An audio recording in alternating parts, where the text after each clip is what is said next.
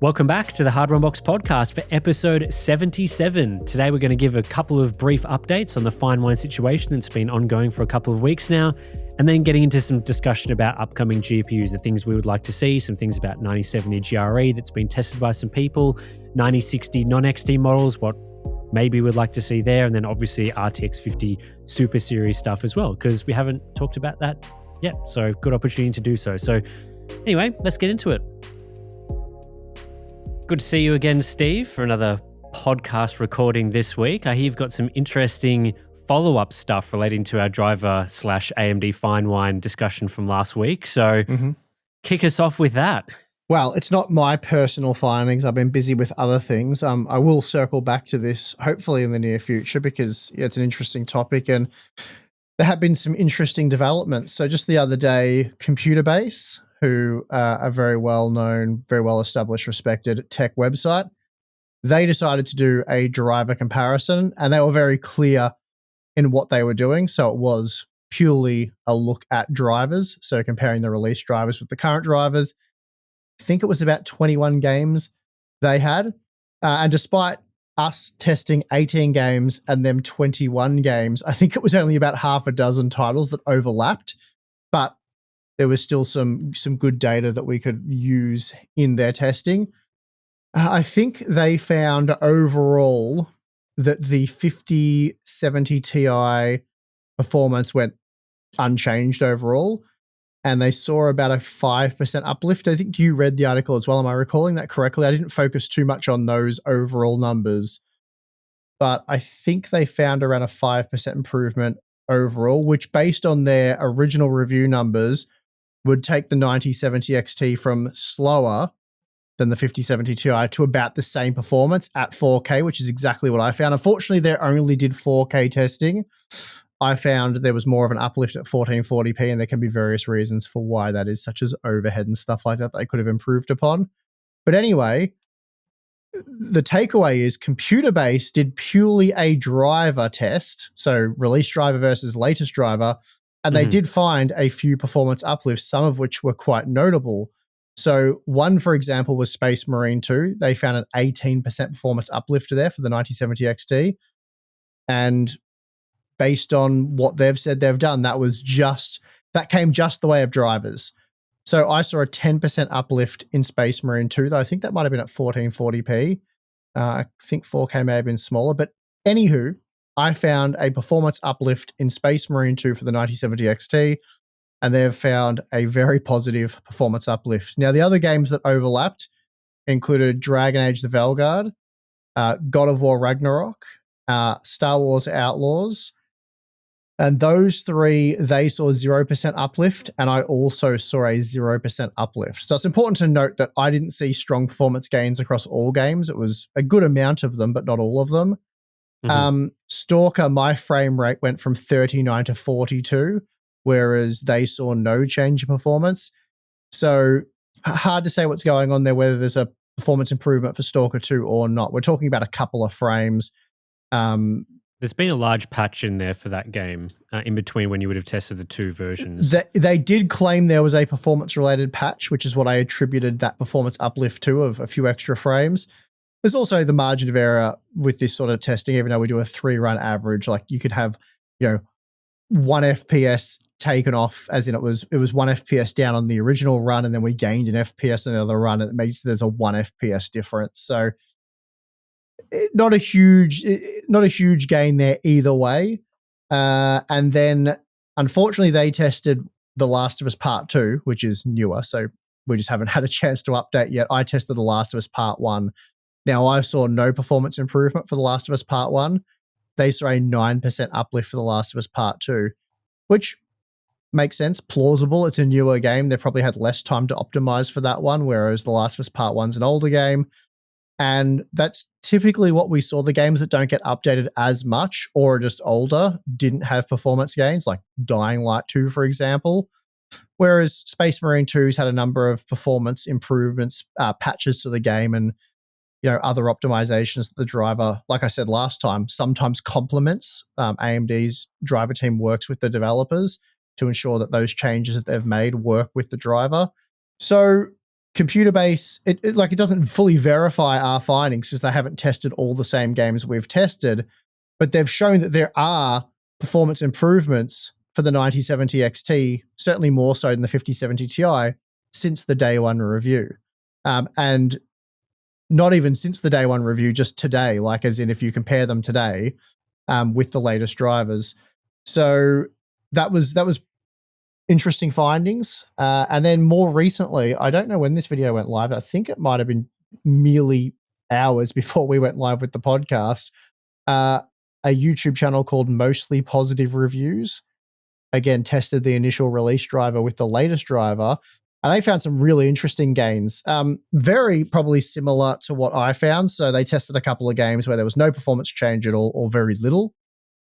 And then they tested other games like Indiana Jones, which PC Games Hardware also tested and found a really solid performance uplift. I didn't go back and test that game again, but they found around a 27% performance boost using path tracing, and then about a 14% boost in sort of the less demanding sections of the game, just using, the more typical settings that are higher frame rates, let's say. So anywhere from 14 to 27. I think even with path tracing, it went as high as 30%, but I sort of tried to take their averages for the test they ran. So again, that confirms what PC Games Hardware found. And computer base as well. In their article, they showed a 12% gain for that particular game. Yeah, okay. I skipped to that game because I didn't cover it. I was trying to compare their article or their testing with mine. So there you go. So pretty unanimously now, the drivers improve performance in Indiana Jones to a rather significant degree, it seems. Another game they have tested that I didn't, this is mostly positive reviews, was Black Myth Wukong. They found a 16% performance uplift on average using the built-in benchmark. And then they got an 8% uplift in Doom Dark Ages. So some pretty solid games. I think they tested about 6 games in total, something like that. I mean, I would encourage you to go watch their video to get all the full information. I had to really scramble to look at their results before we went live because I wanted to add that to the updated computer-based testing. So it really calls into question. It's a bit weird how we've seen these videos pop up verifying my results, finding no performance change at all for games that clearly do have a performance improvement. So quite a more than 3 people now, not including myself, have benchmarked Space Marine 2 and noted there is a very significant performance increase there compared to, well, not even data 4 months ago, just comparing the drivers from release to now on a system where everything else is the same. So whereas the last podcast, I was more in the mind of, well, look, I've clearly made a judgment error here. I've made a few assumptions by saying that the gains were largely attributed to drivers, which I still think it was a mistake, mind you. I should have been much clearer in saying, the data is 4 months old. It's outdated. There's been a number of changes since then. But whereas I was working under the assumption that these other people were right and that there was no driver changes, which I found hard to believe, but I hadn't verified it for myself yet. It seems like, yeah, there are actually driver improvements. There have been real driver gains. So I'm looking forward to actually doing that testing, which, admittedly probably should have done to begin with. But when you're collecting so much data and presenting so much data, there's only really so much testing you can do per video before the video just becomes bloated. But, in hindsight, yeah, I would have included that testing given how things played out. So, yeah, what do you think, Tim? Yeah, I mean, it's not a surprise that, more people have sort of jumped onto this topic after, the positive reception around at least the initial video until people tried to debunk it in other ways. So, yeah, it's been interesting to see people, approaching it with the way of just testing the drivers, because I'm imagining, computer bases testing might have changed the games that they're looking at and that sort of thing. Didn't want to directly compare, the performance from one to the other. I think overall, their performance gains that they showed were not amazing, like overall average of their results. You're not like, whoa, my 9070 XT is now way faster because of the driver improvements themselves. But I think across all of this testing, the picture is quite clear that the GPU performance of that product has increased since launch. That's just not in dispute. It has gotten better. It has gotten faster, and people are benefiting more from that GPU now than when they first purchased it. So yeah, that's the current situation. Yeah, it clearly comes down to the games tested as well, because you can quite easily test a dozen games where there was no performance difference. We've seen across the various outlets now, we've seen 20 games where there's just no performance change at all. But then we've also seen games where there quite clearly is a performance change.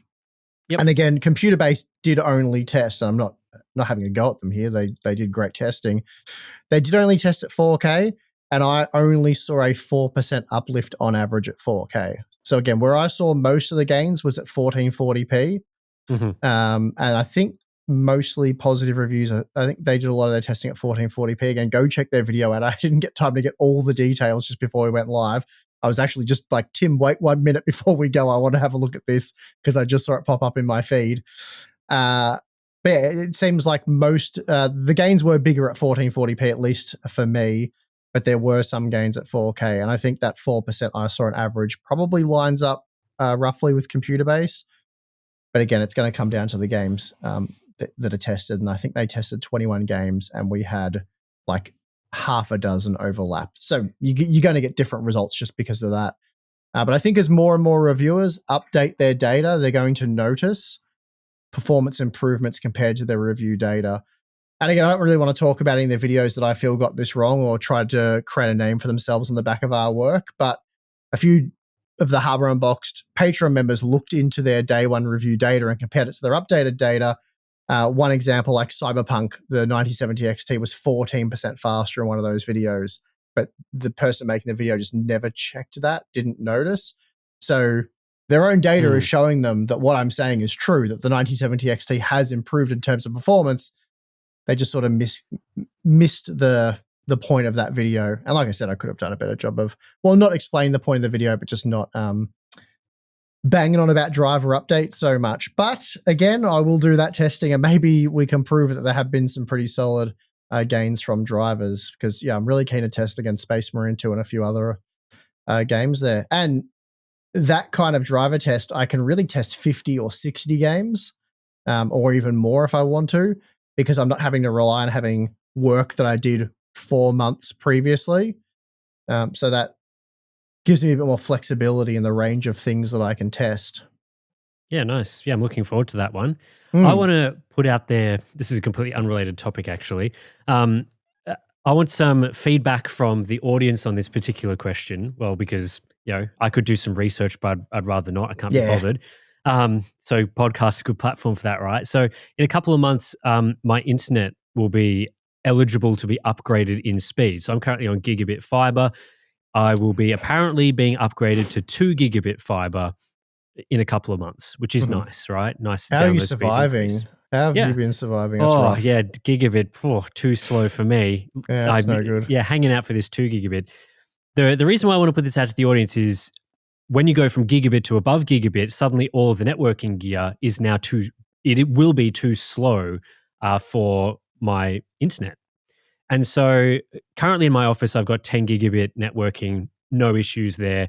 However, the house side of things and where the internet comes in, which is in the house and all that, is all on a gigabit switch. I've got a 16 port, very basic gigabit switch. Now, I don't know very much about networking, so I would like some recommendations from people on nothing crazy, just an affordable 16 port at 2.5 gigabit or higher switch that I can switch out my standard gigabit one for to enable me to have 2 gigabit internet. I think they're pretty cheap now, right? Like they're not expensive. Yeah, I had a look. It seems like if you want 16 ports in particular, you're still looking at hundreds of Australian dollars, but not thousands. How much cheaper are, say, 8 ports? Because you can just have multiple switches. That's true. I could use multiples. It depends on how you link them together, whether or not that would bottleneck stuff. But I'm up for all options. So people that know tons about networking, in the comments below, if you've got some switches that you're familiar with or stuff like that you recommend, chuck them below and I'll check them out. So if people recommend 16 ports for specific reasons or 2 8 ports or whatever the configuration is, I'll be keen to I didn't have this problem because I just purchased an enterprise grade 16 port 10 gigabit switch for like $3,000. You should just do that. Yeah, I mean, I could do that. I'd rather not spend $3,000 though. So if I can avoid that, that'd be nice. Oh, that's what everyone does. All right, well. Yeah, I guess so. Plus, I don't know. For you. You're making it too hard. Yeah, I don't even know if I could, Yeah, it depends on the size of the switch as well, I guess, where I've got all my networking stuff. But we'll figure that out. Yeah. But anyway, so I'll put that in the middle of the podcast just so that people who listen to the start can All right. We'll see if we get we'll see if we get any better suggestions than what I gave. I doubt it, but we'll see. We'll certainly report in on that situation in the next couple of weeks. The rest of what I wanted to talk about in this podcast is some of the GPU stuff that we haven't had time to talk about because we've been sick or not doing podcasting or whatever. So part of this is RTX 50 series or RTX 50 Super series rumors that have started to emerge, potential release date of early 2026 for those. We also have the RX 9070 GRE, which we haven't tested, but some other outlets have tested to talk about. So this is sort of the update of where things are at with GPUs and what we want to see happen throughout the rest of this year and probably early next year. So first of all, I'll just recap currently where things are at in terms of these rumors. So this is based on articles from a couple of weeks ago now. So the current rumors are suggesting that there will be a 5080 Super, 5070 Ti Super, and 5070 Super, the main focus of which allegedly, according to these rumors, is an increase in memory capacity. So the 5080 Super would go from 16 gigabytes on the 5080 up to 24 gig on the 5080 Super. Same for the 5070 Ti Super up to 24 gig. And then the 5070 Super would go from 12 to 18 gig, switching over to the new 3 gigabyte GDDR7 chips. The core difference, we're not expecting any significant changes there. A lot of these chips are tapped out at the moment, so no huge plans to increase, clock speeds, that sort of thing. There will be a power increase to deal with the extra memory. But it sounds like this will largely be a correction of memory across the board. So I guess my first question to you, Steve, is assuming there's no core difference and these are largely just memory changes, is that going to be enough to be in sort of an interesting release and sort of address the main problems with the 50 series that's been out so far? Well, look, I'm certainly not going to complain about some of these models getting the memory they probably should have had from the start. In particular, say the RTX 5070. Having said that, really, a 5080 you should probably be getting more than 16 gigabytes anyway. So it's probably welcomed across the board there. Really depends on pricing, doesn't it? I think they have to come in at really the current MSRPs and either discount the current models to allow for these updated ones. But if they come in at a higher price point, I don't know how much are you going to pay for an RTX 5070 with like 50% more VRAM? What is it, 550 MSRP it's meant to be? I think the cheapest ones are like $600. Are you going to want to pay $650 for an RTX 5070 like level of performance with a bit of extra VRAM? The VRAM is going to be very important in the future. That card will age significantly better than the 12 gigabyte model. But I don't know. Like I feel like if it comes in at the current MSRP pricing, it'll be pretty good. Yeah, I think I'd agree with you certainly on increasing the price of, say, the 5070 Super because that card largely, well, the 5070 as it is today with 12 gigabytes of memory largely competes with the 9070 XT. And I think we've said if all these products are available at the MSRP, that you would clearly just buy the 9070 XT. Mm-hmm. It's faster, has 16 gig instead of 12 gigabytes of memory. In the current market, it's a little different because the gap between those products is extended as the 9070 XT has gotten more expensive, whereas the 5070 is a bit closer to where it should be, especially outside of the US. But then, if you're talking about a product that's going to be largely the same, just with more memory, then you're kind of fixing the issue with the 5070, but you're not fixing the performance gap to the 9070 XT. So in your hypothetical scenario, like, would you spend a little, like, let's say they make it $50 more expensive. So it's $600, the exact same price as the 9070 XT. You're talking about the Nvidia GPU having 2 gigabytes more memory, but it would be however much slower it is based on your testing. It's at least like 10 or 15% slower from memory.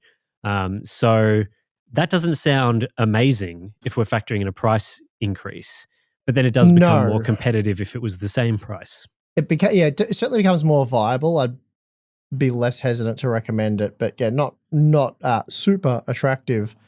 So yeah, I think for it to be a reasonably exciting launch, they have to hit those original MSRPs, in my opinion. Don't know what the chances are of that happening.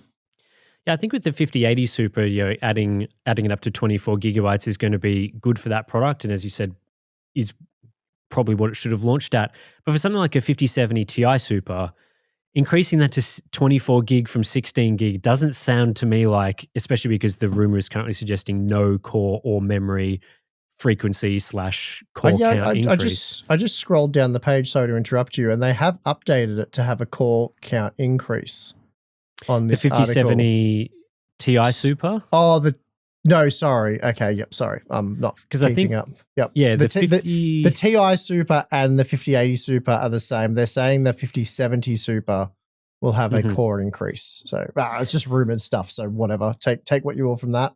Yeah, that's right. I think the 5070 Super rumor is suggesting a fully unlocked GB205, which would be 6400 cores instead of 6144. So a small increase there, below 5%.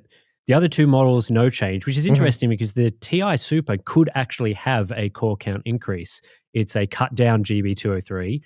The 5080 that have to go into cutting down GB202, which is just not going to happen. So, the 5070 Ti Super, that it doesn't sound, based on these rumors, of like anything to get excited about, because I would have said 16 gig is fine for that model as it is. It's certainly fine whatever. at this point in time. If you're spending that kind of money, ideally you probably would want 24 gigabytes of VRAM, because that'll ensure that 3 years from now you've still got a viable product that is able to play games using high quality settings. You don't have to compromise on any settings that may push past or right on the edge of 16 gigabytes. I personally don't really have any concerns about that. My concern more is about the 8 gigabyte cards and then the more expensive 12 gigabyte cards. So yeah, that's why the 5070 Super is probably the really only interesting one out of that. And of course, I'd love to have a 5060 Super, because the 5060 frustrates me no end. I think it's quite a good product. It just needs a bit more VRAM. Yeah, I agree. I think if of all of the cards that need a super model the most, it is kind of that 5060 product, because like the 5070 with 12 gig isn't awful. Like it's definitely usable in a lot of today's games. It's not a today problem, really. I know people will jump up and down and go, oh, yes, it is. I can point to tons of like, I get where you're coming from. There'll be two sides of it. The people are like 12 gigabytes, you don't need that much now, yada yada. But there are certainly some examples where 12 gigabytes isn't enough, but they're few and far between in 2025, whereas there's loads of 8 gigabyte examples. So for the most part, it is not a problem. 3 years from now, it's probably going to be a bit more like what we see with 8 gigabytes today. So it'd be more of probably an RTX 3070 repeat, where when that card launched and we caution people about purchasing it because it has only 8 gigabytes of VRAM, it's probably going to struggle with ray tracing and stuff in the future because of that. And the RX 6800, having twice as much VRAM will probably age better. I don't think there's too many people who can argue that wasn't the case. I know there's DLSS and all that stuff in there that complicates things, but at the same time, you still can't use a lot of those, like ray tracing on an RTX 3070 above like 1080p without upscaling's pretty difficult in the latest games, not just because of the performance of the GPU, but because you're running out of VRAM.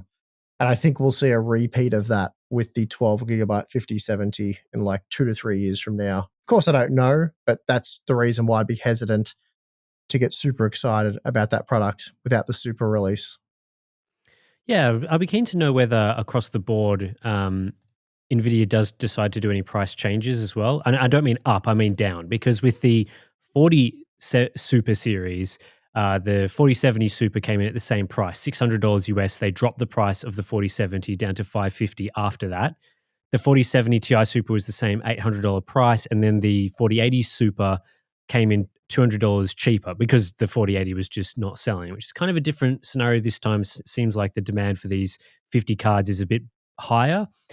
But of course, I think Nvidia left a bit more headroom last time to make a few small changes. A lot of these cards did increase the core counts as well. They bumped up the Ti Super from the lower die to the higher die that was cut down. So instead of a fully unlocked lower die, they increased the die size and all that and cut it down instead, which is a bit different because obviously this time around, the 5070 is using almost the full die that was allocated to it, whereas previously the 4070 was a cut down version of what was used for the 4070 Ti.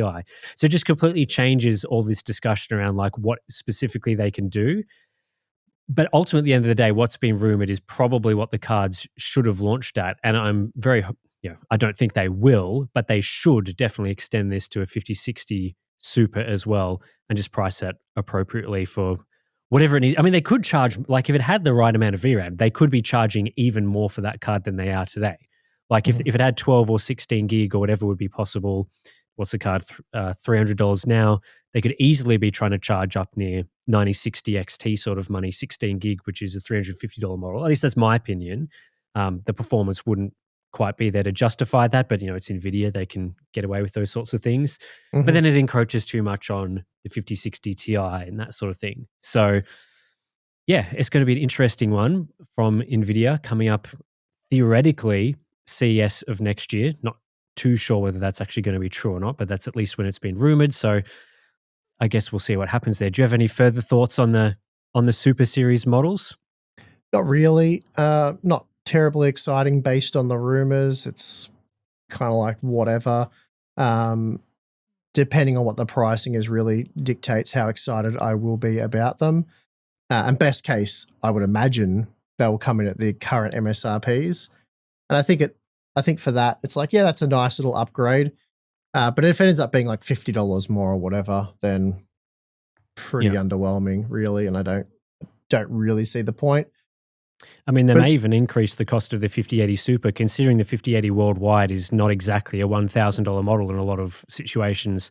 So they could easily bump that up to, say, $1,200, which wouldn't be justified at all based on what they're rumoring. But I'm just suggesting that, if the current 5080 is already selling for like $1,200, then they could just match that with the actual MSRP of the card. So that wouldn't surprise me. Yeah, I mean, let's be honest, these mid-cycle refreshes or updates, whatever you want to call them, historically have been pretty underwhelming. There's been like one or two gems here or there, but a lot of them, especially the higher end ones, I think 4080 Super and stuff like that, not great. I think even like the 2080 Super wasn't amazing as well. The 2080 Super, I think, was only like slightly faster. It's basically the same thing, yeah. The 2080, I think back then the 2060 Super was sort of reasonable because it increased you from 6 to 8 gigabytes of VRAM. I think the core was slightly larger as well, but they increased the price too. So it was sort of, Then obviously with the 30 series, they never did super products. They did a few TIs. The TIs were pretty underwhelming, but largely because of the cryptocurrency stuff. Yeah, they were really bad. Yeah, the 3070 Ti, 3080 Ti, yeah, they were not great. Yeah, the 3060 Ti wasn't too bad, but that came out well before the other TIs. And then with the 40 series... It did lose VRAM, though, compared to the 3060, so that was a bit of an odd one. Yes, that was, but it came out before the 3060, this 3060 Ti, I'm pretty sure. I think they did 3070, 3060 Ti, then 3060, then went back and did the 70 Ti's. But I can't remember now. Yeah, I think one of them, probably the most successful one that we've seen recently is probably the 4070 Super, which was just a faster version of the 4070. A pretty significant core count increase on that model, came in at the same price, adjusted the 4070 price. I guess the 4070 Ti Super fixed the VRAM scenario as well. But the name was bad, so you couldn't recommend it based off that. Yeah, there's no way I'm telling people go buy a 4070 Ti Super. But sorry, did you just have a stroke? Yeah, it's not a great name, and apparently they're going to be repeating that with the 5070 Ti Super. So whatever, we'll see how that goes. Let's move into talking about AMD GPUs because there's a few more concrete things to talk about here. The first up being the RX 9070 GRE, which is it's been out for a little while now. It's a China exclusive model. Not sure whether it'll be coming to the rest of the world, and that's probably something that we can talk about because Computer Base and PC Games Hardware have tested this GPU. So we now have full performance data from Western sources that are sort of able to give us some pretty concrete performance summaries and that sort of thing. And it's an interesting product in that it sort of pretty much slots between the 9060 XT and the 9070 in where it sits in performance, but has 12 gigabytes of VRAM. So less than the other two models on either side of it, but the performance is pretty much in the middle.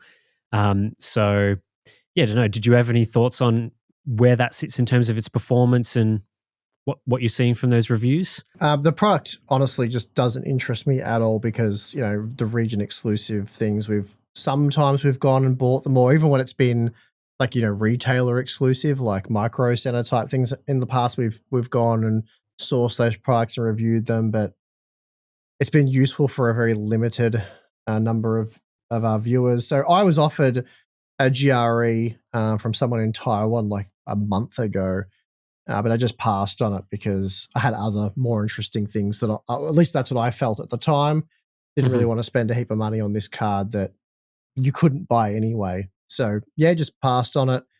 If they do end up releasing it globally, like they did with the 7900 GRE, which was really weird because they did that exclusive. They claimed it was going to be remain an exclusive, and then they not only released it in like globally, but they also had a review program for it, which was very unexpected.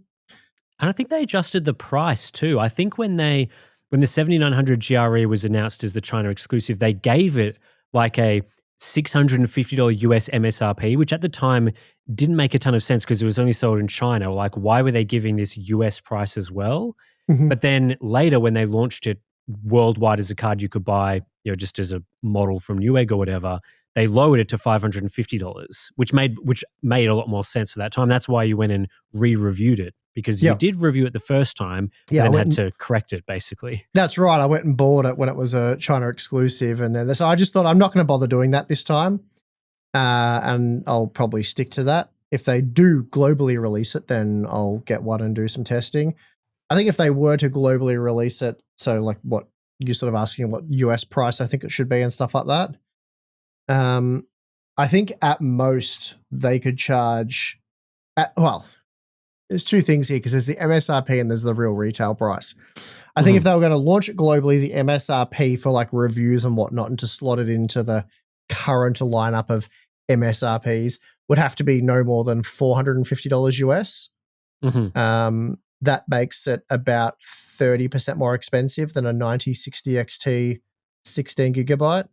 And I think it's about 30% faster. So yeah, that's right. And Computerbase's numbers at 1440p, they found it to be 29% faster than a 9060 XT 16 gigabyte.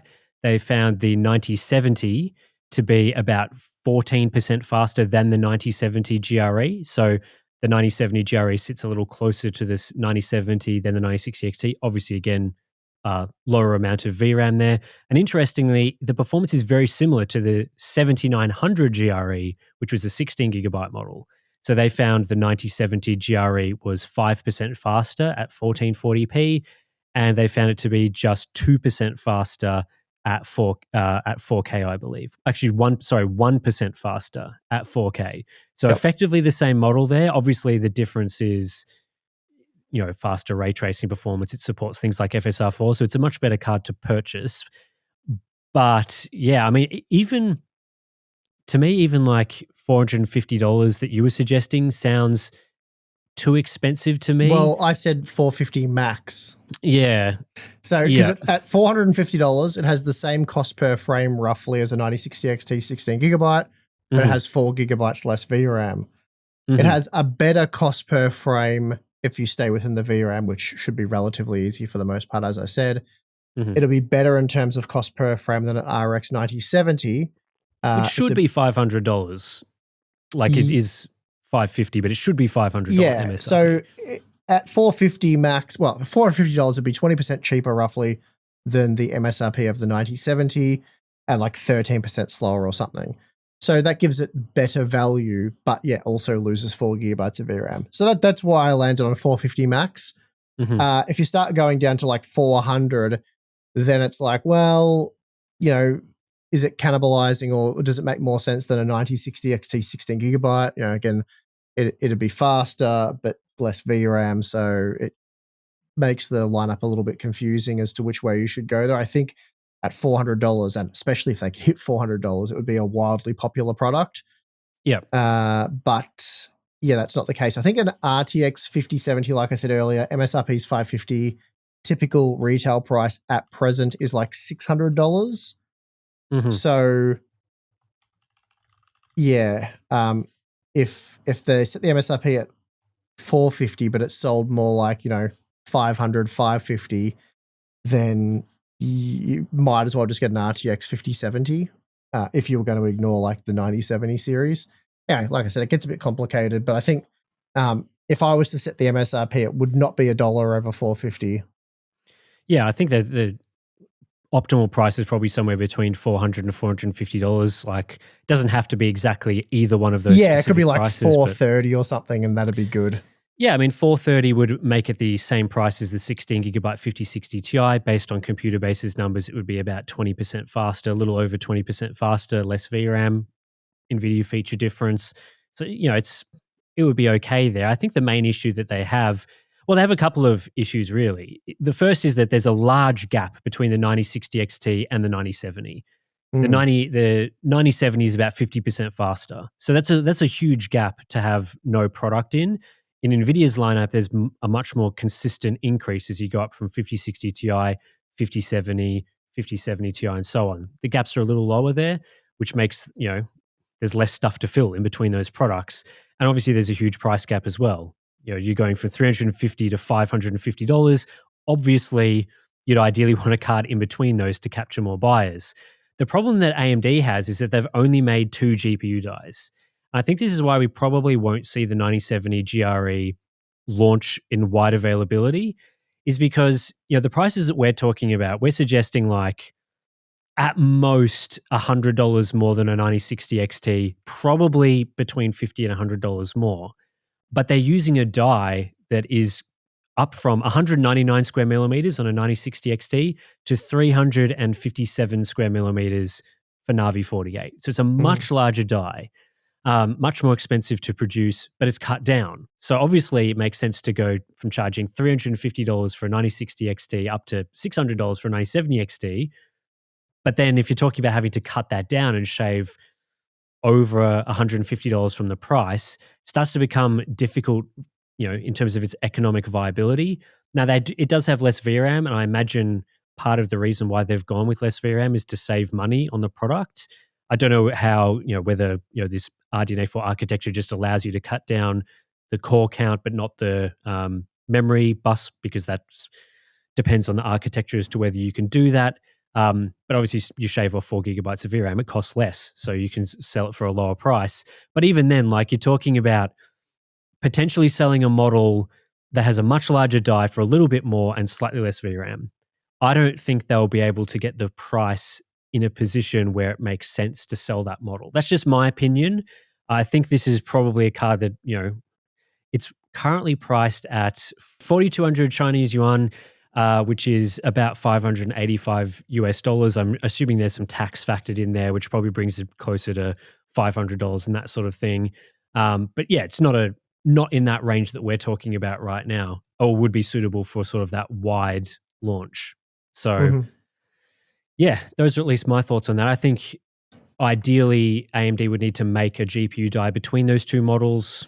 I don't know whether there's even space in their lineup. So yeah, Nvidia's made space. They go from 378 to 263 to 181 as you go down the lineup there. AMD doesn't seem to be doing that this generation, which is probably something they should explore for future generations with other products. The other thing I'm interested in hearing your opinion about is, does AMD or should AMD release a 9060 non-XT model? Not the version that we wanted to see, which was the renaming of the 9060 XT 8GB into 9060. Should they bother releasing, let's say, a $250 version to compete with like an RTX 5050? Or should they just keep the lineup as is and not bother with another 8GB card that probably won't be received that well? Well, if they can, they'd have to launch it. Yeah, it'd have to be a $250 product at the most, obviously. And in terms of performance, it would probably be it would have to be close to the RTX 5060. So do people want an RTX 5060 for $50 off, but it be a Radeon GPU? I don't know. Yeah, it's an interesting question, isn't it? Because it's a pretty big saving at that price point. Because have you watched my 4 generations of Radeon 600/60 series GPUs video yet? No, I haven't, but that will be out on the channel for people when the time.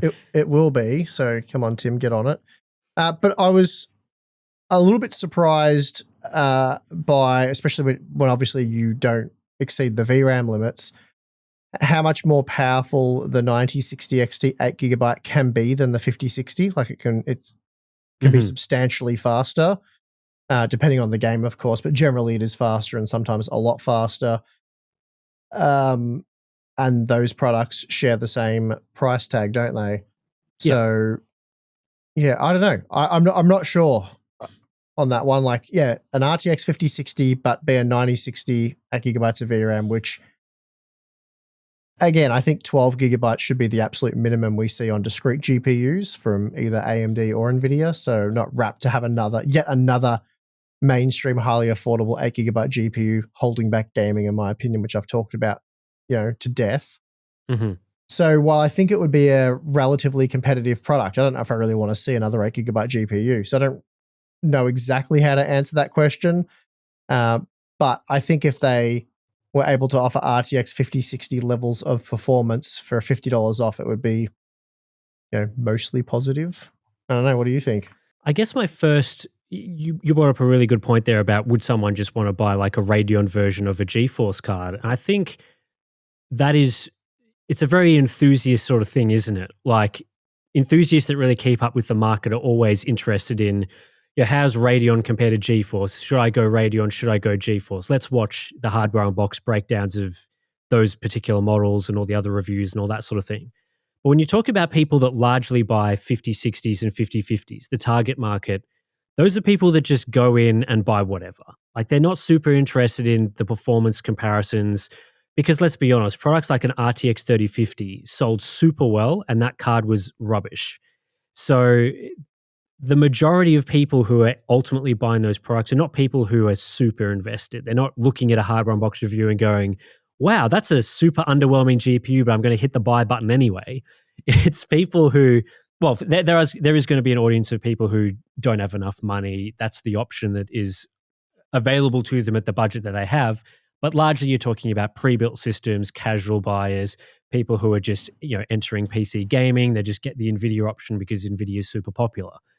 And that whole thing works very much against making a copy of a low-tier Nvidia GPU and then just selling it for the same price.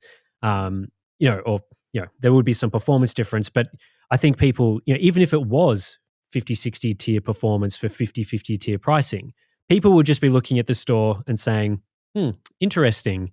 There's two models here, the Nvidia model and the AMD model. They're the same price.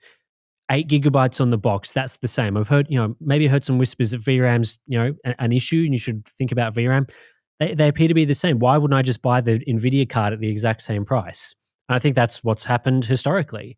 I think the only time AMD's really had huge success with these sort of super entry-level cards has been things like the RX 6600, which was clearly cheaper than the 3050 in a lot of scenarios.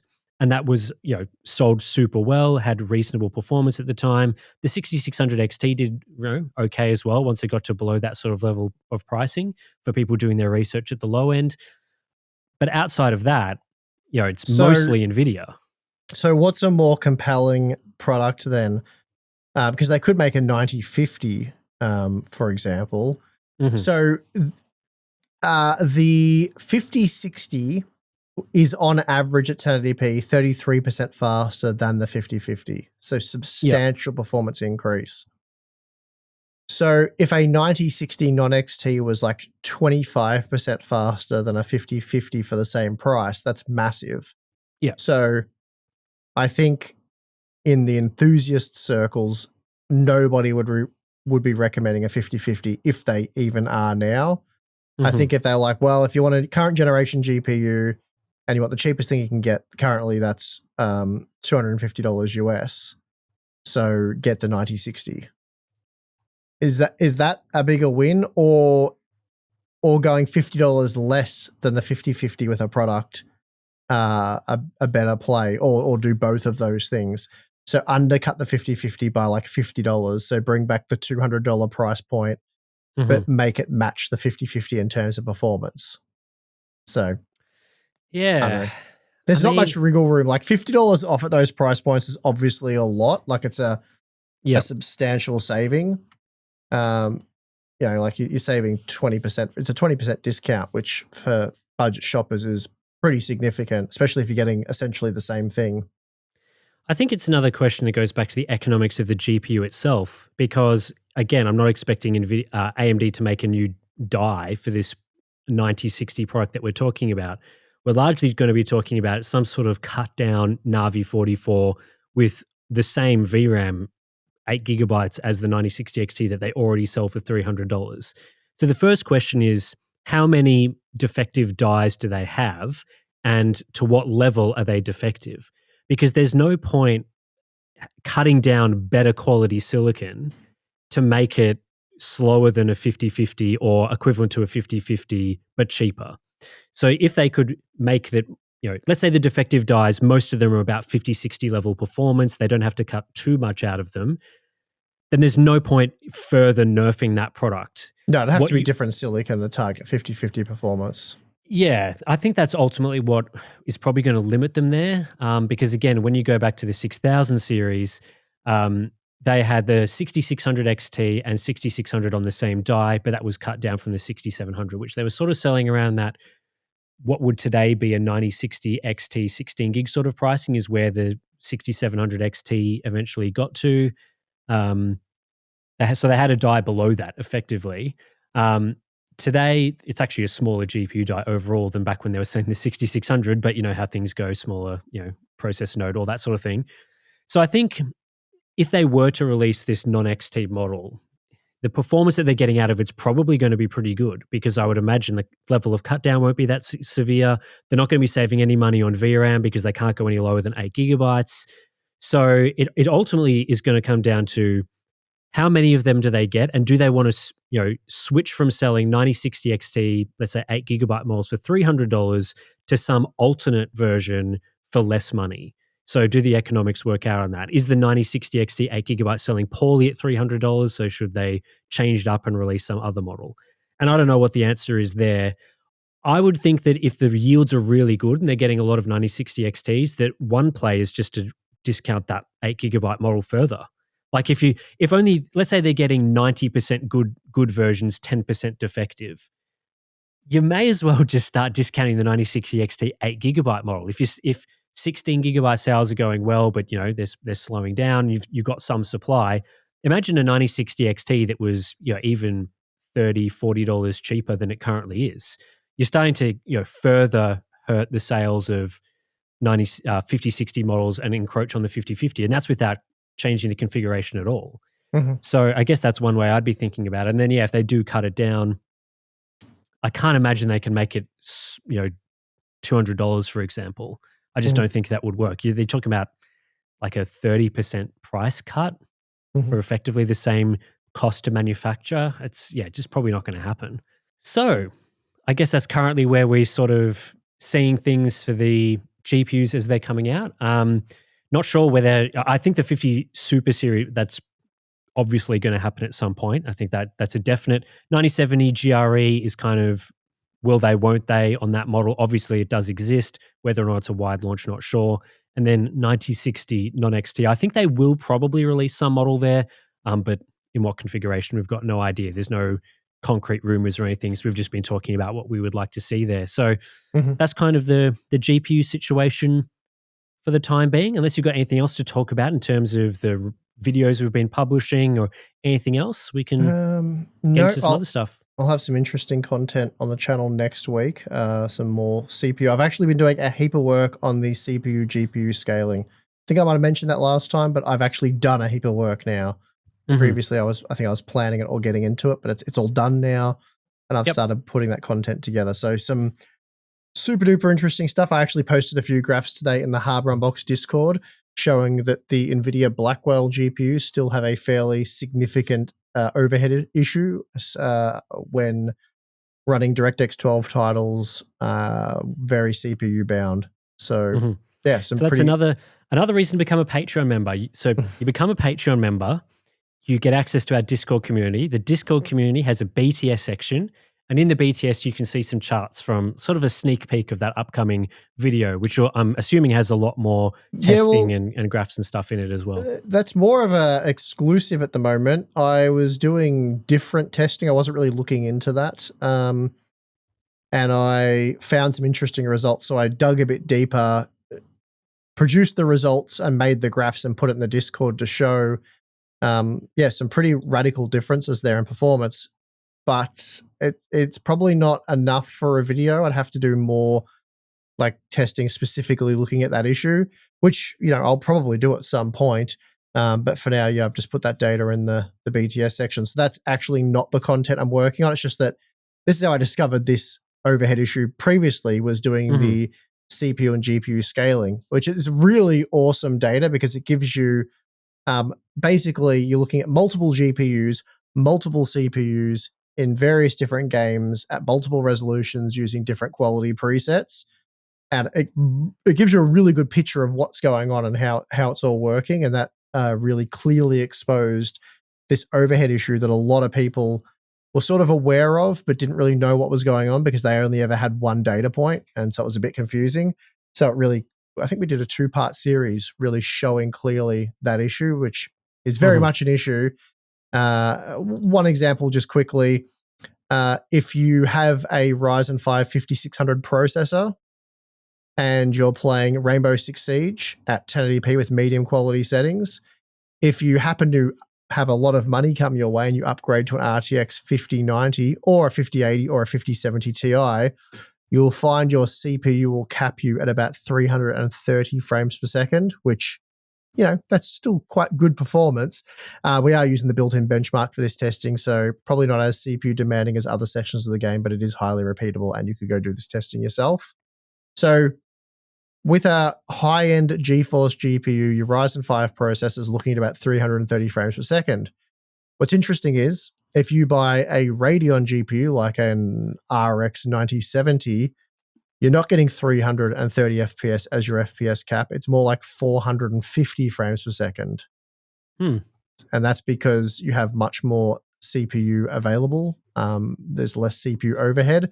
It's like a 30% performance increase, which is, we saw the first video claimed a 20 to 30% performance increase for people with lower end CPUs due to the overhead issue.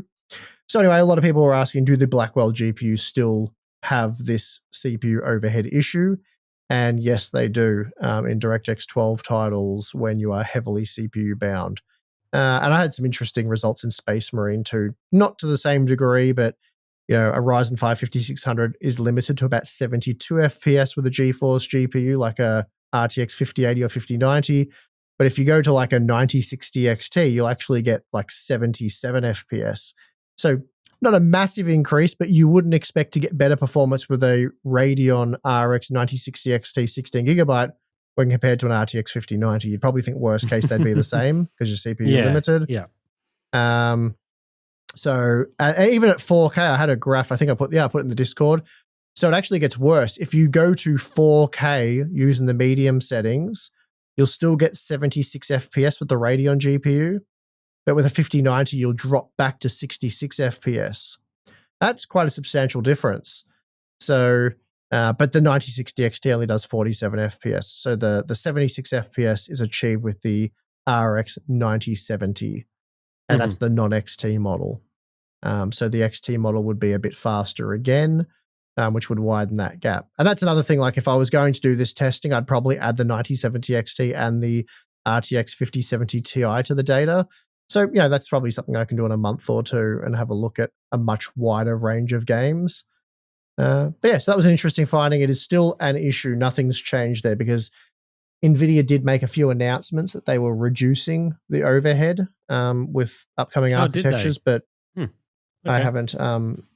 Yeah, I'm fairly certain they did. I haven't got the evidence at hand, but I'm 99% sure Nvidia made some claims over the last few years that they'd made some optimization there, but yeah, I hadn't looked into it since, and quite a few people had asked me to. And yeah, as far as I can tell, it has not changed at all. You're still looking at 20 to 30% performance hit in the more severe examples when heavily CPU limited. Yes, that'll be interesting to see at least the CPU GPU scaling, which I think that, am I right in saying that that testing has come from an upcoming video that was unrelated, that is the CPU and GPU scaling testing, Yes. which is obviously always hotly requested testing.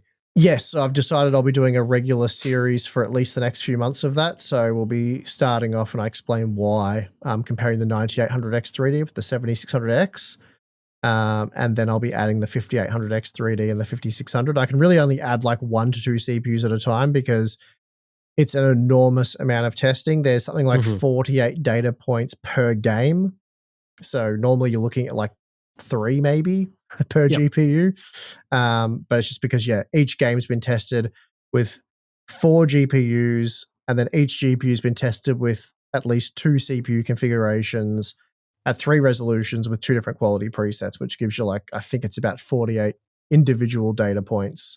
There's 6 graphs per game, and the graphs are loaded with data, which you can see in our Discord server. So anyway, lots of that to come. I've been spending a serious amount of time doing that, and I enjoy that testing. So it's easy to just to invest hours upon hours upon hours into it because it's a bit of fun, I reckon. Cool.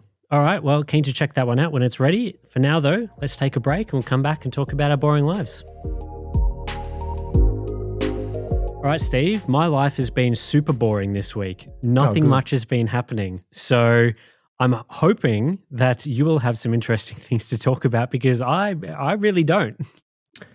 I don't have too much. So I have gone and purchased a few more items to build Zoe's room, and I've got some of the necessary components and things I need for that. I will be starting on that tomorrow. So that's more work related than boring life, but it is for my daughter. So, I like to think of it as less work and more just stuff I'm doing on the side, but I will make a video out of it anyway because I think that'll be cool. So been working on that. I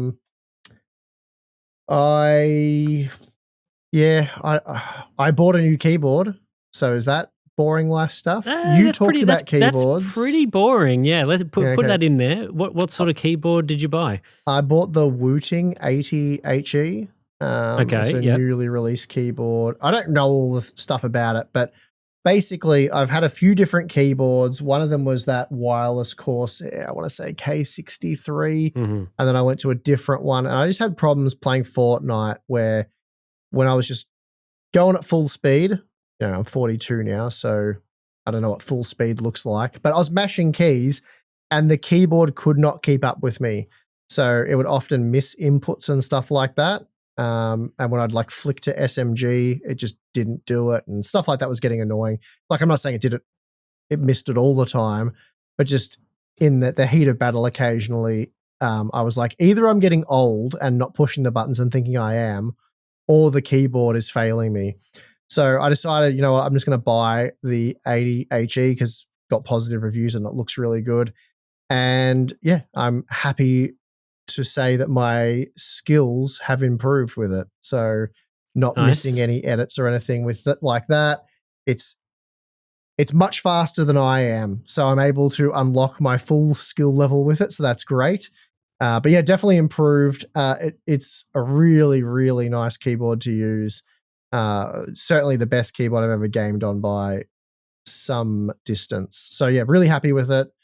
It's been a good purchase. It was not cheap. I think I paid about $400 to get it. And what are you going on about, Tim? It's just funny that keyboards actually cost $400 Australian. Well, it was $330. I don't know if that includes delivery. I paid $450 total delivered. I also bought, I don't think I upgraded the keyboard too much. You can certainly spend a lot more than I did. But I got like the silicon wrist rest thingamajigger because that's needed for me and my advanced age and whatnot. It gives me a bit better purchase on the keys. I love it. I've been using it for about 2 weeks now, 2 or 3 weeks, and I've had a few gaming sessions and hasn't missed a beat. So really happy. Huge upgrade over the K63, which admittedly is probably not the world's best gaming keyboard, but it's what I had. Yeah, so, it's interesting you say that because I've always thought up until you've said this, that a lot of those high-end keyboard specs, where they're always like 8K polling rate That's and what this like one is. Yeah, yeah. whatever the top end specs are. I always thought, surely that's just surely we're just in marketing BS territory now. There's no way anyone could actually need that feature in a keyboard, but because I've switched from like a slower keyboard to a much faster keyboard when I was talking about switching, and I didn't see any difference because I just play single player titles. So it's like, okay, it feels exactly the same. But you're saying that it is actually improving the performance of you in games Big because the time. keyboard is better. Yeah, yeah, yeah. When you play Fortnite, like the Very mechanics serious. of the game, it moving. You do mash a lot of keys in quick succession. It's just required to play the game. And as I got better at the game, did more building and editing, refined my skills, either the keyboard was wearing out or I was getting to a point where I was getting too fast for the keyboard. One of those things was happening. But I think I was getting too fast for the Corsair keyboards because I did grab a brand new, what's this one? K70 RGB, which is a wide keyboard. And I was still having issues with that, either, not hitting the edit, or whatever I was doing. It just, every now and then I just noticed that action was not happening the way I would expect it to happen. And I got this thing, and yeah, it has no problems keeping up with me. So I'm pretty sure pro gamers would very much enjoy it because I'm probably, I don't know, anywhere between 10 and 100 times slower than a pro gamer, I'd imagine. So yeah. The fact that I was maxing out those other Corsair keyboards, not great. Yeah, it is kind of, I've been playing Clear Obscure Expedition 33 lately, which is a game that requires pretty precise timing of parries and stuff during the combat sequences. It is a turn-based game, but you can parry and dodge and stuff. And it's always very frustrating when you just slightly miss the timing on a parry and you get hit. And the disappointing thing is that because I have such a fast keyboard, I can never blame the keyboard. I can never be like, damn, the keyboard was just so slow. Like I got hit on the damage because the keyboard just didn't respond in time. It's like, that's not ever an excuse I can use because it's got all the bloody 8K polling rate stuff, and the actuation point of the keys is just lightning fast and all that. So I can never blame that. It's always just I have to blame myself, which is the worst type of blame. So yeah, well, look, there's plenty of that. Like, obviously, I'm not a keyboard reviewer and I haven't tested a whole lot of keyboards, but I think the problem I was having wasn't so much the reaction time of like individual or a couple of keys. It was when in quick succession I was hitting, like 8 keys, for example. Like what sometimes you can go watch some of the streams as well. Probably more recently though. But when I'm like in a really intense battle, it sounds like I'm just abusing my keyboard. Like when I'm playing Fortnite, it's like the good thing about this keyboard, so like the spacebar, for example, can you hear that? Like that's one of the louder keys. That's the keys on this thing. It's pretty good. Whereas the Corsair one, I just ear bashed my teammates because it's like,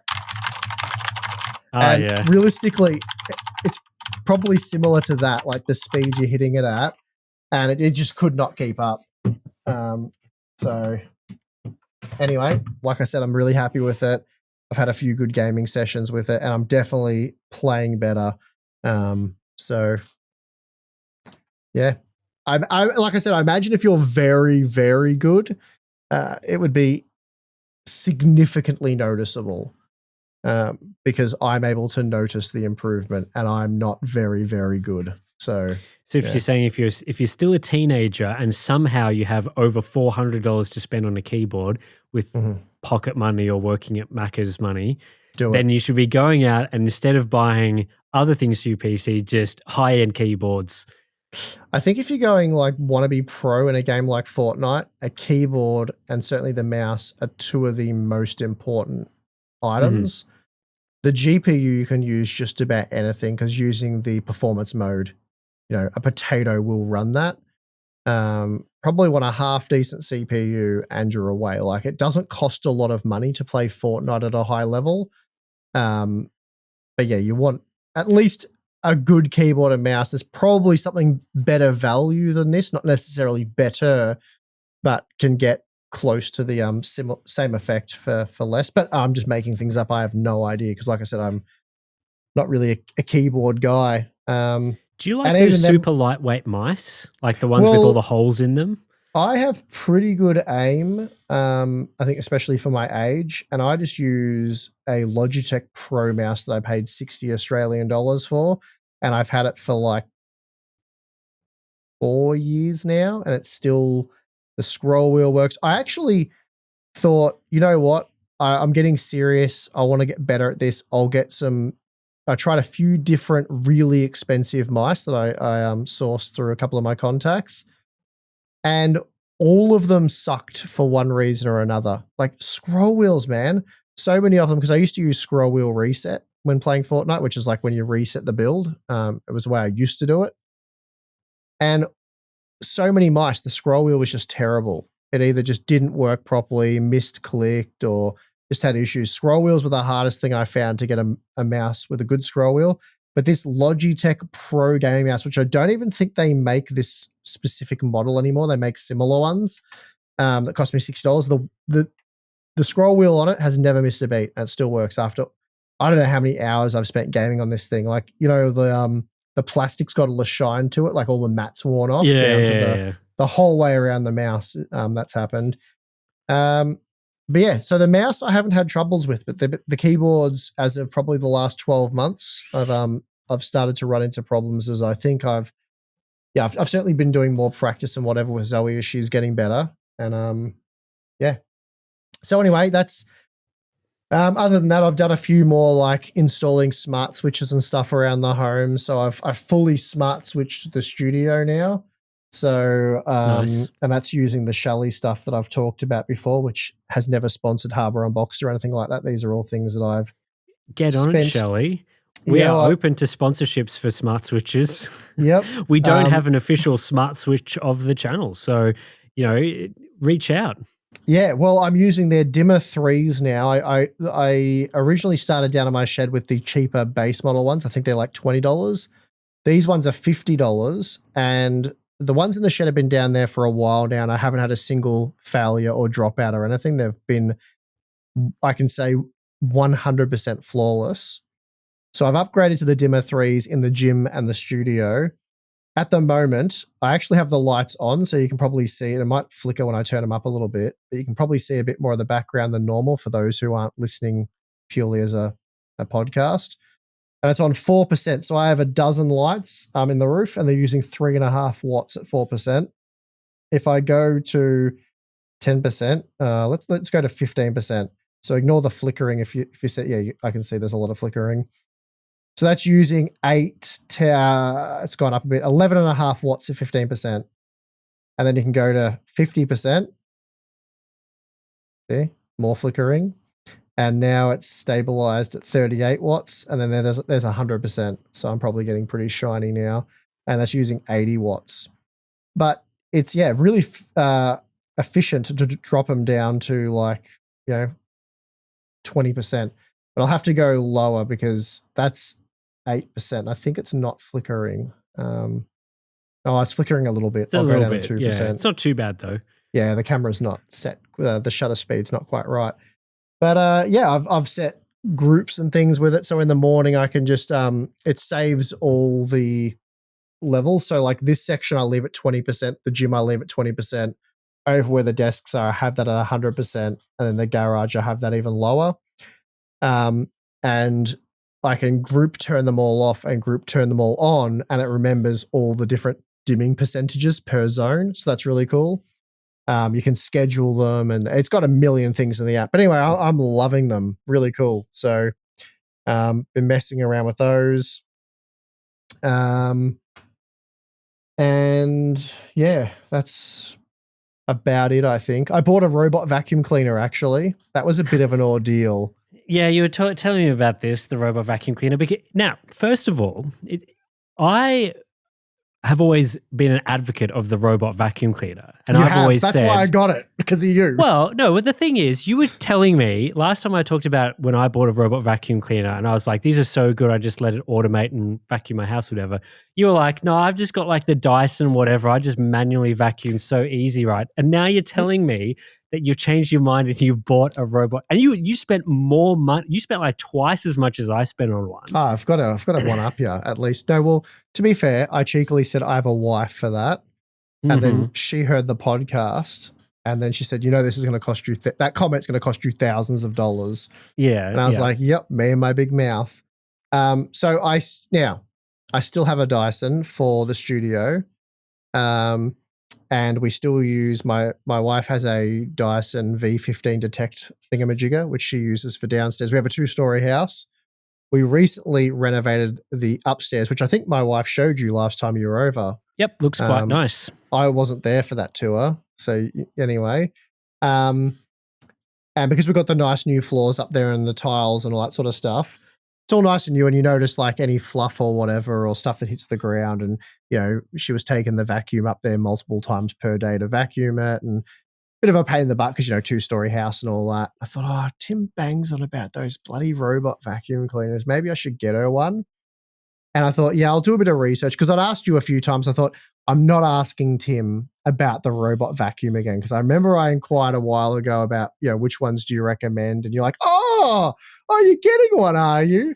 Yeah, so I thought, after you crapped on them the first time, you're always going to get that response. Well, to be fair, I think I was crapping on you for being lazy because Tim has quite a large house, but only Tim and his partner live in it. So there's just the two of them. You do have a couple of cats, to be fair, but they've got no kids, nothing. And I struggle to imagine you use most of your house most of the time. So there's probably not that much vacuuming that needs to be done. So that's why I was giving you crap. Well, I went from doing some vacuuming to doing now zero vacuuming. So that's a big win. Look, I was being judgmental and I regret nothing. All right. So anyway, I thought to myself that morning, because I got changed upstairs in the ensuite and I had some work pants up there and it got like some stuff on the floor and I'm like, oh God, I should get the vacuum and vacuum that. And then I thought, I probably should research getting one of those robotic vacuums because Tim always bangs on about them. And then I can tell him I got one and he can give me shit. So that'll be fun for everyone. So that was the thought I had first thing in the morning. I went down to the studio, started working. And then my wife messaged me and she goes, I reckon we should look at getting a robot vacuum so I don't have to keep vacuuming up here every day. I'm like, that's funny. I was just thinking the same thing. And then I was about to type to you and say, hey, Tim, which one do you use or recommend? I thought, nah, I'll just do my own research because I can't let Tim know about this, even though he's going to find out eventually. And I landed on the Dream X50. So Sure. It's set up now and it's working and it works really well. It's very impressive. Probably overkill for the upstairs, but we could always move it downstairs and get another one for upstairs. So then I could have 2 robot vacuums, which is twice as many as you. Yeah, you got one with mopping, didn't you? Yeah. I got the full unit, the full RT. Well, I was going to call it R2D2, and we had a couple of back and forths, and it ended up getting it's the Dust Butler is what we named it. So, what did you name yours? Mine's called Sucky Boy. That's even better. Mine does not have mopping functionality. So maybe Butler, it's a bit more fancy than mine. It is a bit mine's fancy. Just a boy. Yeah. I've got mine, which works out really well. It's set to just do different rooms on different days during the middle of the day. So one day I'll do like living room and kitchen. The next day I'll do like my sort of dining area and entryway. And it just sort of goes around, does that. And it just rotates every day because it turns out if I try get it to do like all the rooms every single day, it just spends way too long vacuuming every day. So that works out really well. Obviously the zoning, when I first bought a robot vacuum, it didn't have any sort of like room zoning. So it was just like you turn it on, it maps out every single time, just does it, whatever it had access to. But these days they're just so much more intelligent with like... Yeah, it's really impressive. Sort of scheduling.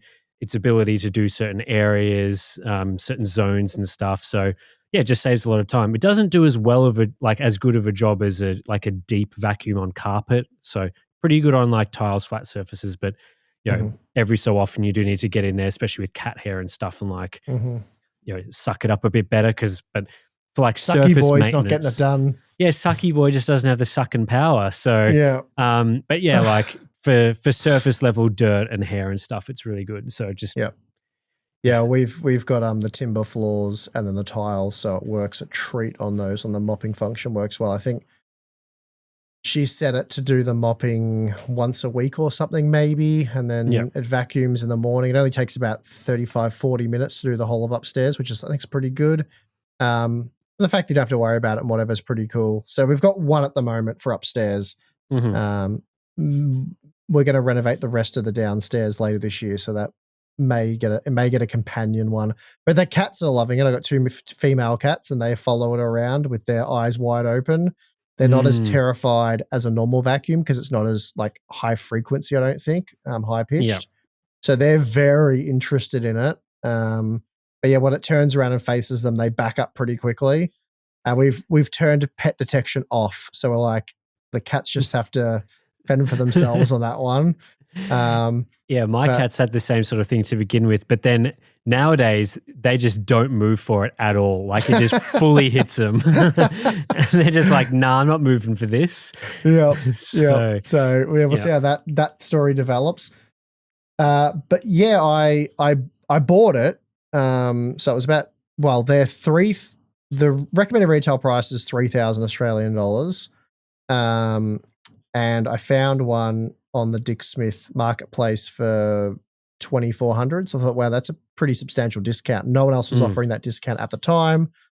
So I'm like, well, I don't really use, because Dick Smith is just a marketplace now. I'm like, I don't really want to use that, but it's like $600 savings, so I'll give it a go. So I purchased it, and they said your item will be dispatched. It was like 2 days. So I'm like, that's pretty good if I get that and whatever, that's fine. It was through like the Vacuum Hub or something. Anyway, waited like 4 days, hadn't heard anything. And then I got an email saying, oh, there's been a delay. It'll be 2 days from now. So the next following 2 days or whatever, at 4:00 in the afternoon, I get a notification saying it's been sent with Australia Post or whoever they were sending it with. And I was like, okay, fine, we'll get that soon. Then I wake up the next morning and I get a refund email saying they've refunded my purchase. I'm like, what the hell's going on? So I'll log into my account and it says refund requested, processing. And I'm like, I didn't request a refund. Anyway, I followed up with it. Basically, the seller didn't have any more stock. They sold out at that discounted price or whatever. So they just refunded me. But the annoying thing with that was they were like, oh, contact Kogan to get your refund because we've already refunded. So you should have got that like 5 days ago. And I'm like, well, 5 days ago, you told me it was being sent out. Anyway. Which is just a straight lie that they'd sent it. Like, are those emails just automated? Like they just say it's sent even if it's not? Yeah, I guess they organized a shipping label or something. So Australia Post had like received that, but hadn't picked up the package yet. I'm not sure. I didn't look into it too much at the time. It's just annoying. So then I was waiting for this refund and they told me that, the item was out of stock. So Appliances Online in the meantime had discounted it to an almost similar price. So I was like, I'll just buy through them. So I went and bought it again for like $2,500. And they said it'll be next day delivery. Then I get an email from them saying it'll be available in like 2 or 3 weeks. I was like, but it had a little green thing there saying, good news, you're eligible for next day delivery on this item. Oh, man. Don't get me started on that BS where websites say things are in stock or available and then you buy it and then it turns out they're not in stock or available. I'm not that annoys me so much. I'm not super impatient. If it was like a week, I'd be like, yeah, okay, whatever. But when it was like 3 weeks, I was like, hang on a minute. You told me next day, so I purchased it and paid the money. So I sent them an email saying, well, I was told I was eligible for next day delivery. I realized that that's possible, not necessarily possible because of where I live. I was expecting, 2-3 days max. And they're like, oh yeah, it did say that, but there's no stock at your local distribution center or whatever. So yeah, it's going to be like 2 weeks. We'll see what we can do. I was like, all right, fine. It is what it is. It's annoying, but fine. Anyway, it arrives 3 days later and they refunded me $60, which I didn't even ask for. So in the end, I was relatively happy with it. I was like, well, if you hadn't have said 3 weeks and you had said 3 days, I would have just been like, fine. I mean, I didn't complain further anyway. So we got it, set it up, and yeah, it works really well. So it's a bit of and finally, 5 days after, because, you know, the banking and whatnot, I finally did get my refund. So they just had my money for 2 weeks and did nothing with it. Okay, well, at least you didn't get scammed. That's good. I didn't get scammed, so that was good. Just a bit of a runaround, bit inconvenient there, but whatever. So got the thing in the end, and yeah, whether it's worth spending that much money on it, hard to say, but the wife's happy, so you know what they say. Yep. Money well spent. Yeah, I mean, you bought one of the most premium, supposedly good ones. So better keep working. Yep. All right. But yeah, so far so good. I'll give you guys like monthly updates. That'll be exciting. Wow, monthly vacuum cleaner updates. Sign up for that. Well, I mean, that's perfect, right, for boring lives. Oh, I just want to touch on, you know, you were talking about your rabbit thing last time, and a few people, I think 99% of people got it. A few people were a little concerned with why you were killing rabbits, even though I feel like you explained that. Sure. Yeah. If that small percentage of people didn't get it and were upset by it, happened to watch this exact segment, now I'm giving you a quick explanation of why that is. But basically, they're an invasive species in Australia. So they were introduced, and they just annihilate the local ecosystem. They dig everything up. They eat everything. They outcompete, you know, native wildlife and just destroy habitats. And so it's illegal to have them. It's illegal to keep them. And as Tim said multiple times, it's his responsibility to deal with them in what they deem as the various different humane ways, which is like poison them so they slowly die and limp around falling apart in your backyard, which Tim wasn't super wrapped with. And we were trying to think of quick ways to get rid of them. But Tim is duty bound to not have a plague of rabbits in his backyard. And also it does kill the unique Australian wildlife. So yeah, like obviously they're native to some countries, like probably Europe or something. They're native there. I think they might have brought them in from the UK or something. I don't know. Yeah, something like that. Not sure how far back that goes to where exactly they're from. But yeah, rabbits are not native to Australia. We have small marsupials and other rodent-like native animals, which are different to common rats and mice and rabbits, which, you know, they're just built for the environment. And so, yeah, obviously the big thing is there's not the same sort of predators that you would see in other countries. There's not the same sort of food sources and stuff. It's not a happy ecosystem where the rabbits are living with all the other elements. Yeah, the agriculture Victoria website says European rabbits were introduced in Australia in 1859 for recreational hunting by Thomas Austin. So screw that guy.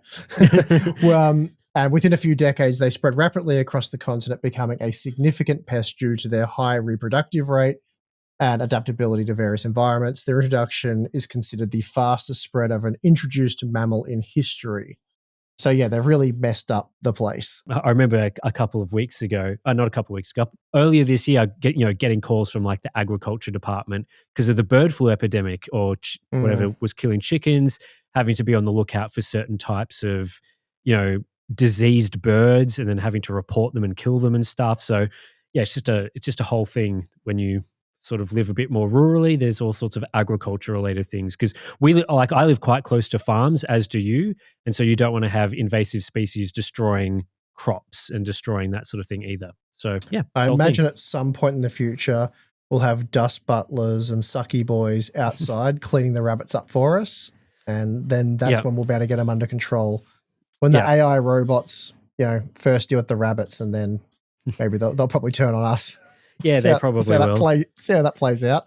Anyway. It was always interesting, you know, that obviously one of the things I don't think I talked about last time was the whole you can just rent ferrets to go in. And so that's a whole like market, I guess, for people who own ferrets. They come out like, because I was talking about the renting of cats, like I want to hire a cat that I could just put in the backyard. But actually you can just get a guy that just owns like a bunch of ferrets.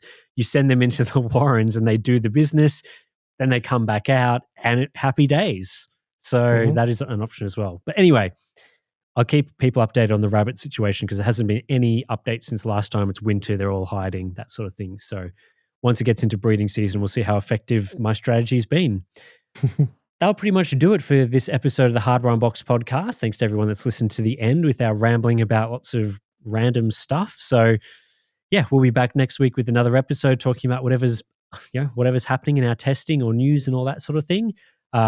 We do have Patreon, as we mentioned earlier, so you can access our Discord community, which is where Steve posts those BTS charts. There's the Hardware Unboxed supporter feed for this podcast as well, available through there. That's pretty much all you need to know. Thanks for watching. Thanks for listening. We'll see you in the next one.